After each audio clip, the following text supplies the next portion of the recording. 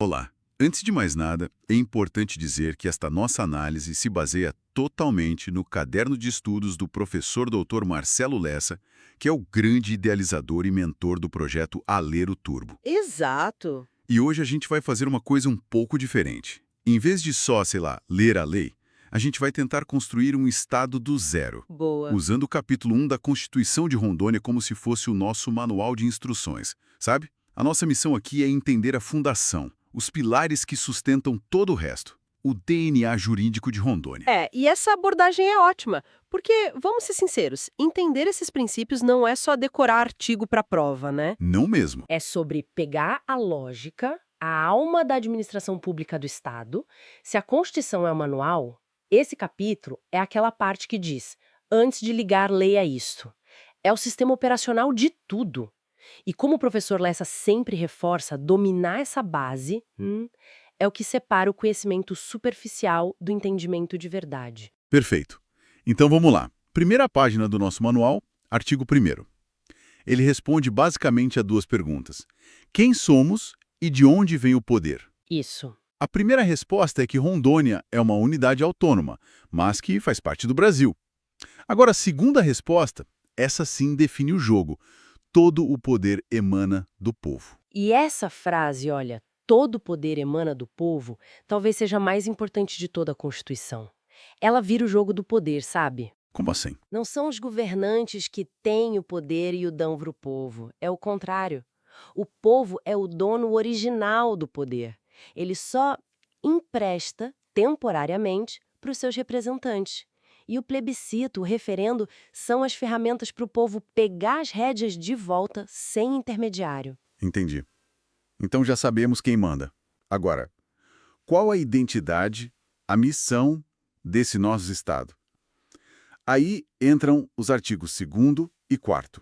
O segundo dá os símbolos, bandeira, hino, brasão, tipo o logo da empresa. A marca, né? Exato. Mas o artigo 4º é a declaração de missão, é a promessa que o Estado faz. E que promessa, hein? Construir uma sociedade livre, justa e solidária. Erradicar a pobreza. O ponto crucial aqui, e isso tem que ficar muito claro, é que esses objetivos não são poesia, não é uma carta de intenções. Eles têm força de lei. Exatamente. Tem força de lei. O governo é legalmente obrigado a perseguir esses objetivos. Cada lei, cada política pública tem que ser justificada por eles. É um contrato, sabe? Um contrato assinado com a população. É, um contrato com cláusulas bem ambiciosas. Bom, temos identidade e missão. Agora a máquina do governo. Artigo 7º. A fórmula clássica. Legislativo, executivo e judiciário.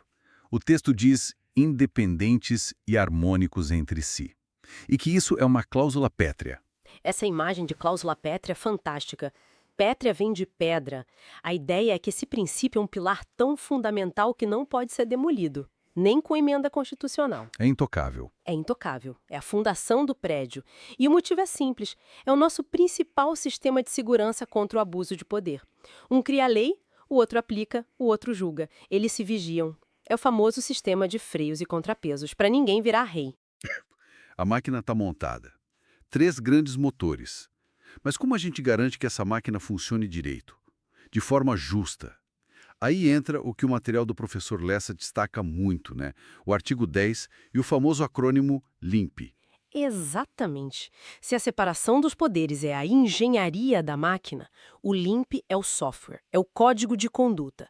E ele é um verdadeiro sistema de defesa do cidadão. Pensa assim, a legalidade, ela é um muro. O gestor não pode inventar regras contra o cidadão. Ele só pode fazer o que a lei permite. Ah, que é diferente da gente, né?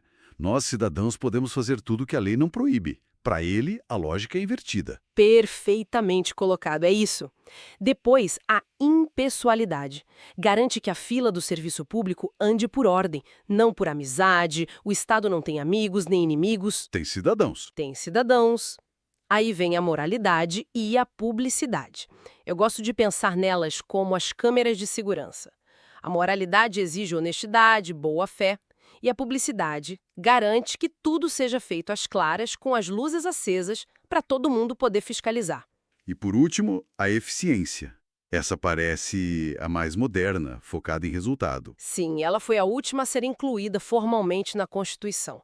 A eficiência é a obrigação de entregar o melhor serviço possível com o menor custo. É para garantir que o dinheiro do imposto não seja desperdiçado.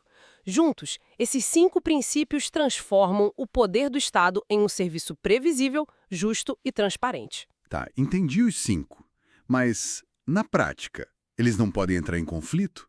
Por exemplo, para ser super eficiente e rápido, um gestor não pode ser tentado a pular uma etapa, ferindo a legalidade. Essa é a tensão no coração da gestão pública. Ótima pergunta. E a resposta é clara. A legalidade é o princípio mestre. É o alicerce. A eficiência é otimizar o processo dentro das regras, não quebrando as regras. É achar o caminho mais curto na estrada que a lei já pavimentou e não cortar caminho pelo mato, entende? Entendi. Eficiência nunca é desculpa para a ilegalidade. Nunca. Isso me leva a um outro ponto que parece ser uma armadilha clássica. O material que a gente está vendo aponta muito para isso. O erro de achar que o LIMP vale só para o executivo, para o governador, para os secretários. Oh, essa é a pegadinha de concurso, e é uma ideia completamente errada. O artigo 10 é claro. O LIMP se aplica à administração de qualquer um dos poderes. Qualquer um. Qualquer um. Ou seja, a Assembleia Legislativa, ao comprar computadores, precisa fazer uma licitação transparente, isso é publicidade, buscando o melhor preço, que é eficiência, sem favorecer a loja do cunhado de um deputado, o que seria ferir a impessoalidade e a moralidade. Faz todo sentido. O mesmo vale para o Tribunal de Justiça contratando gente ou para o Ministério Público alugando um prédio. A regra é a mesma para todo mundo. Lembro de um caso em outro estado, de um prefeito que usou o brasão da cidade na propaganda de reeleição, mas com as cores do partido dele. O tribunal disse que isso feria a impessoalidade. O símbolo é do povo, não do governante.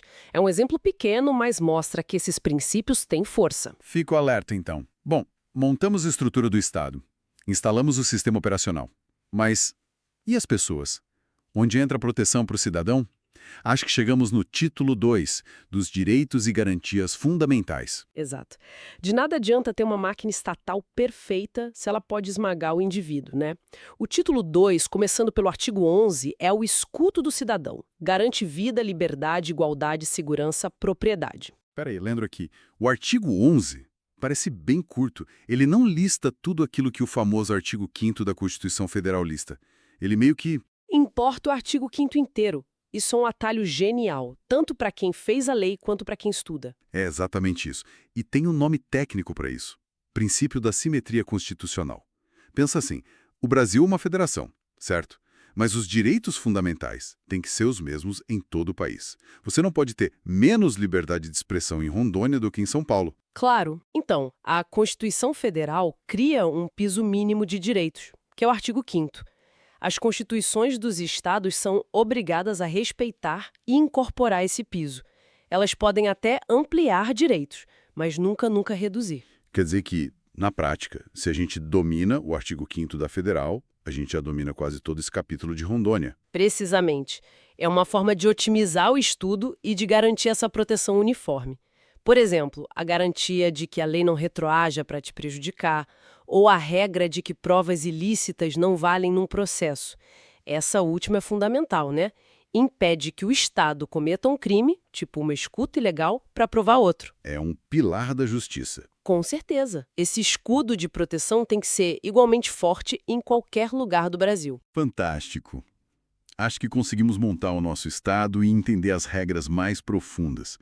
Então, se a gente fosse resumir, quais seriam os pontos-chave, os 2 ou 3 conceitos que, seguindo a orientação do professor Lessa, não dá para esquecer de jeito nenhum? O primeiro, sem dúvida nenhuma, é o LIMP.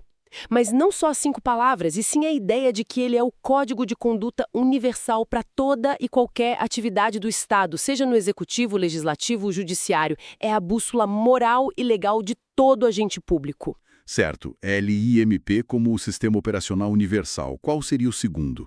O segundo é essa ideia da simetria nos direitos fundamentais. Entender que o título 2 da Constituição de Rondônia é um espelho do artigo 5º da Federal. Isso significa que a cidadania não tem fronteiras estaduais, sabe? Os direitos essenciais são um patrimônio nacional. Perfeito. A síntese final parece bem clara. Sim. E a conclusão é que este primeiro capítulo é a fundação de tudo. Qualquer ação do Estado, seja uma lei da Assembleia, um decreto do governador, uma decisão do tribunal, tudo precisa estar em conformidade com esses princípios. Se contrariar essa base, a norma é inconstitucional, é inválida. Entender isso é crucial, não só para uma prova, mas para atuar de forma correta e eficiente. É o controle de qualidade da gestão pública. Exato. Excelente. E para a gente encerrar, fica uma reflexão. A Constituição de Rondônia, logo no primeiro artigo, diz que todo o poder emana do povo, que o exerce diretamente ou por representantes. A reflexão é, para além do voto, de que outras formas a participação direta do cidadão poderia ser fortalecida para dar mais vida a esse princípio no dia a dia. São ferramentas que, se fossem mais usadas, poderiam aproximar o poder da sua verdadeira origem, Que é o povo? que é o povo. É um desafio constante. Fica o pensamento. Esse podcast foi produzido a partir do conteúdo do projeto Alero Turbo, sob autoria e orientação do professor doutor Marcelo Lessa. Todos os direitos reservados.